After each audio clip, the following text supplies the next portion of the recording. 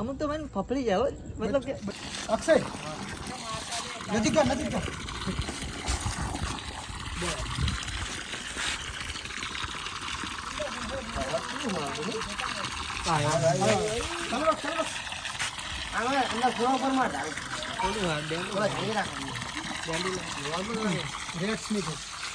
તામડા છે ને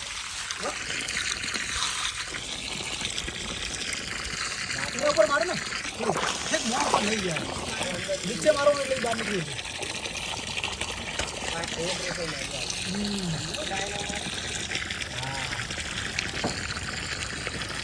નજીક લઈ હાલે જા આવી જાય હા રેસ ના ધામણ નહીં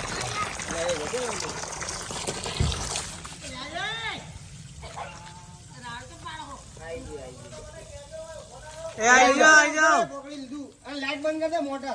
બંધ કરી દે अबे फेस नहीं बता दो કિલ બેક ચેકર ના બસ હાલ ગાડું શું પાડે પણ તો તા જોઈ ભર્યો સરપંચ સાઈડ મારો શોર્ટ મારા હતો આજ સાબ જે મોટર બંધ કરીને રાહુલ ચેકર કિલ બેક છે ને એ કોમન કિલ બેક ની કોપી કરે કોમન કિલ બેક જે હોય ને એની કોપી આ કરે આના ચહેરા ઉપર પેલું લાલ કલરના પટ્ટા હોય ને અહીંયા ગળે તો એ ઝેરી હોય આ બિન ઝેરી એક ડબ્બો લાવો એટલે ડબલો પાણીનો સાપ છે અરે ભગા મહારાજ હારું બધું મારા બાપ ઓર સાપનું ના બાપા નહીં થાય મારા બાપ ભાઈ બી કઈ ના થાય આ તો કઈ સાપ ના કહેવાય હાલે હું તો કપડા નું છું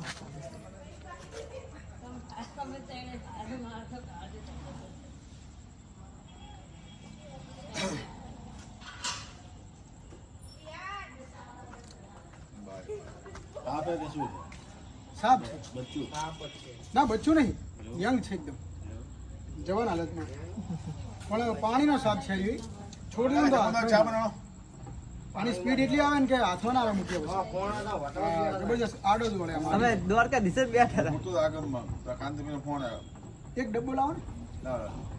કોઈ ડબલ બેટા જો તમને અમુક તો મને ફફડી જાય મતલબ કે બચકું જબરજસ્ત ભર્યો હો નથી કરી હા મને ખબર હે ઉપર નીચે બે દાઢની એની ઝૂલ આવે હોય પકડ માટેની હા પકડ માટેની ઓલા જે રેડ સ્નેક છે ને એના જેવું જ બચકું ભર્યું. અને સ્ફૂર્તિ ભાઈ ને રેડ સ્નેક કરતા વધારે હો ભાઈ રેડ સ્નેક હાથમાં ઉપર ના ચડી શકે આ ઉપર ચડી જાય એમને સ્ફૂર્તિ વાળો રેડ સ્નેક હોય ને નાક ઉપર બચકું ભરે આ તમને ગમે ત્યાં બદલે પેલો નાક ઉપર જ મારે પકડ્યો હોય ને જ્યારે તમે લાવો વેસ્ટ નહીં હો ભાઈ એમ નહીં આ વેસ્ટ ના જીવ નજર પડી ગઈ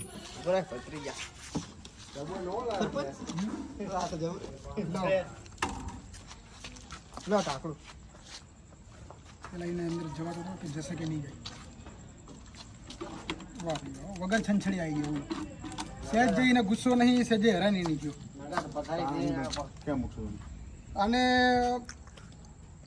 5 થી 7 કિલોમીટર દૂર મૂકાય એનાથી વધારે ના દૂર આઈ એમ ગુડ વ્યવસ્થિત પાણી ના એને સીધા વિજ્ઞાન એવું કહે છે કે જ્યાંનો સાપ હોય ને ત્યાં જ મૂકો અને આપણે પાણીનું જે ગામનો સાપ હોય ને એને ગામ નહીં વટાવી દેવાનું આ દેવું હોય ને એ નિયમ છે ભગા મારા મંદિર બનાવવું પડશે મારે આ એટલો તોફાની સાપ આવે છે ને, મામાદેવનું એટલો તોફાની સાપ છે ને કે આવી રીતે રહે જ નહીં બોલો આ પહેલો કેસ છે આ રીતે. હવે તો જોઈ શકો ખાલી ઢાંકણું ના ખુલી એક ફોટો પાડો મારા બહેનો નમસ્કાર મિત્રો, આજે અમે આવ્યા છીએ માંડલ ગામના જે નિષ્ઠાવાન ચાલુ કરો તમારો. સરપંચશ્રી છે એમના જાય ત્યાં. લાઈટ અને તમે જુઓ કે એમના મકાનનું કામકાજ અત્યારે હાલમાં ચાલુ છે અને ત્યાં એક સાપ નીકળ્યો છે. બહુ ખુશીની વાત એ છે કે અમને એક સાપનો જીવ બચાવવાનો મોકો મળ્યો અને સરપંચશ્રીને એમના ઘરેથી પણ એક જીવ જીવતો જાય એનું રેસ્ક્યુ થાય એવો એમને પણ એક મોકો મળ્યો. કુદરતે તમને અને મને બહુ અમૂલ્ય મોકો આપ્યો છે. લોકો આને જોઈને મારી નાખતા હોય છે કે ચલો ફેન ચડાવે ને એને કોબરા સાપ કહેવાય, તો ફેન ના ચડાવો તો એવા સાપને લગભગ લોકો મારી નાખતા હોય છે કે સામાન્ય સાપ છે એમ સમજીને. પણ મિત્રો દરેક સાપ જે છે એનો સંપૂર્ણ અધિકાર છે જીવન જીવવાનો પૃથ્વી પર. જેટલો તમારો ને મારો અધિકાર છે એવી રીતે આ જે રેપ્ટાઇલ્સ છે એનો પણ અધિકાર છે. બીજી મહત્વની વાત હું એ કહું છું કે જે રેપ્ટાઇલ્સ છે ક્યારેય દૂધ પીતા નથી, એને ક્યારેય દૂધ પીવાની કોશિશ ના કરવી. દૂધ પીવાથી એનું મૃત્યુ થાય છે, જાણ્યા અજાણ્યા તમે એની હત્યા કરો છો. તો સાપ જે છે એક સરીસૃપ પ્રાણી છે અને જે દૂધ પીવાની જે સુવિધા જે છે એ મેમલ્સમાં આપેલી છે. અગર તમે થોડું ઘણું સાયન્સ જાણતા હોય તો જે મેમલ્સ સજીવો છે એ દૂધ પીવે છે અને જે રેપ્ટાઇલ્સ હોય છે એ શિકાર કરે છે. સાપ સંપૂર્ણ માંસાહારી પ્રાણી છે, એટલા માટે એને દૂધ પીવાની ક્યારેય કોશિશ કરવી નહીં. એમાં બહુ ઓછા હાડકાં હોય છે તો દૂધને ના પચાવી શકે કેલ્શિયમના પ્રમાણને કારણે. આજે અમને જે અમૂલ્ય મોકો મળ્યો, પ્રકૃતિએ વધુ એક સાપ બચાવવાનો અમને મોકો આપ્યો, એ બદલ અમે પ્રકૃતિનો આભાર માનીએ છીએ. આજે મારા પરમ મિત્ર અને માંડલ વિસ્તાર તો કહી શકાય, પણ માંડલનું મૂળ જેનો જન્મ થયો હોય અને માંડલનું જેનું ઉજળું ભવિષ્ય કહી શકાય એવા ભાવિનભાઈ સિરેશિયાના મારા એક ફોનથી એનું સાથે કામ પડતા મૂકી અને મારા ઘરે પહોંચી મારી ગેરહાજરીમાં, અને આ જમાનાની અંદર પોતાના ફેમિલીની કે પોતાના ભાઈ બહેનની મા બાપની ચિંતા કર્યા વગર આ કામ કરવું સહેલું નથી. ખાલી વાત કરવી સહેલું, સાપ પકડી લીધો, પણ સાપ પકડવામાંથી શું થાય છે એના પરિવારની ચિંતા કર્યા વગર આ જે કામ કર્યું છે એ બિરદાવવા જેવું છે. આ નહીં પણ માંડલથી 40થી 50 કિલોમીટર જ્યાં પણ એમનો ફોન આવે ત્યાં જાય છે અને બિલકુલ નિસ્વાર્થ ભાવે કોઈને 1 રૂપિયો લેવાનો ચાર્જ લેતા નથી અને પોતાના ડીઝલ ખર્ચો, ચા પાણી ખર્ચો પોતાનો જ, અને હંમેશા લોકોનો જીવ કેવી રીતના બચે, લોકો હેરાન ના થાય, લોકો રાતે સૂતા હોય તો શાંતિ સૂઈ શકે, એના કાયમ માટે રાત્રે 2 વાગે ફોન આવે તો 2 વાગે પહોંચે છે. એટલે ભાવિનભાઈ મારા તરફથી ખૂબ ખૂબ અભિનંદન, અને ભગવાન દ્વારકાધીશને પ્રાર્થના ખૂબ પ્રગતિ કરાવે અને માંડલનું ભવિષ્ય ઉજળું તક મળે અને માંડલને આપ રોશન કરો એવી ભગવાનને પ્રાર્થના. ફરીથી મળીશું